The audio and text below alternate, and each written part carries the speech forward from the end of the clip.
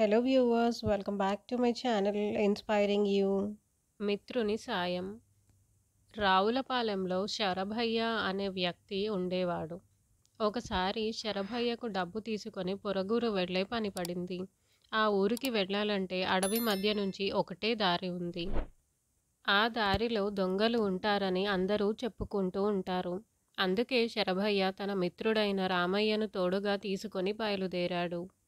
అడవిలో నడక సాగిస్తుండగా శరభయ్యకు దాహమైంది. దాంతో నీళ్లు తాగి వస్తానని చెరువుకేసి బయలుదేరాడు.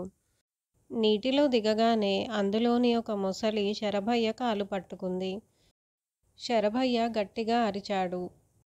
వెంటనే రామయ్య దగ్గరలో ఉన్న అటవికుణ్ణి చూసి అతని భాషలో తన మిత్రుణ్ణి కాపాడమని అన్నాడు.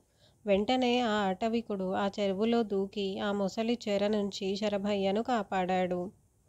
ఆ భయం నుంచి కాస్త కోలుకున్నాక, మిత్రమా, నీకు ఆటవిక భాష కూడా వచ్చా? నాకు తెలియదే. నీలాంటి మిత్రుడు దొరకడం నిజంగా నా అదృష్టం అన్నాడు శరభయ్య.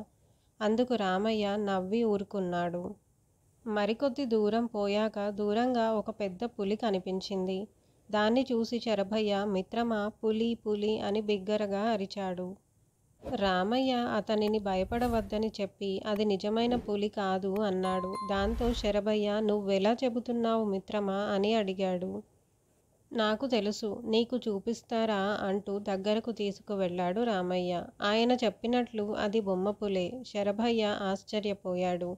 మిత్రమా, ఇది బొమ్మపులి అని ఎలా చెప్పావు అని అడిగాడు. ఏముంది, నీవు చెప్పిన తరువాత నేను కొద్దిసేపు దాన్ని పరిశీలించాను. దానికి కదలిక లేదు, దాని తోక ఊగడం లేదు, గాండ్రింపు లేదు. అందువల్ల అది బొమ్మపులి అనే నిర్ధారణకు వచ్చాను అన్నాడు రామయ్య.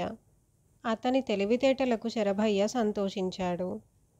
మరికొంత దూరం వెళ్ళేసరికి దూరంగా అపరిచిత వ్యక్తులు కనిపించారు. వెంటనే రామయ్య వారు దొంగలని ఊహించాడు.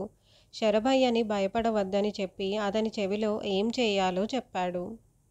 వారు దగ్గరకు రాగానే రామయ్య ఏడుస్తూ, ఇతనికి ఇలా మతిమరుపు ఉందండి. దొంగలు చూస్తే పట్టుకొని పోతారని అదిగో ఆ చెట్టు కింద డబ్బు, బంగారం ఉన్న తన సంచిని పాతిపెట్టాడట.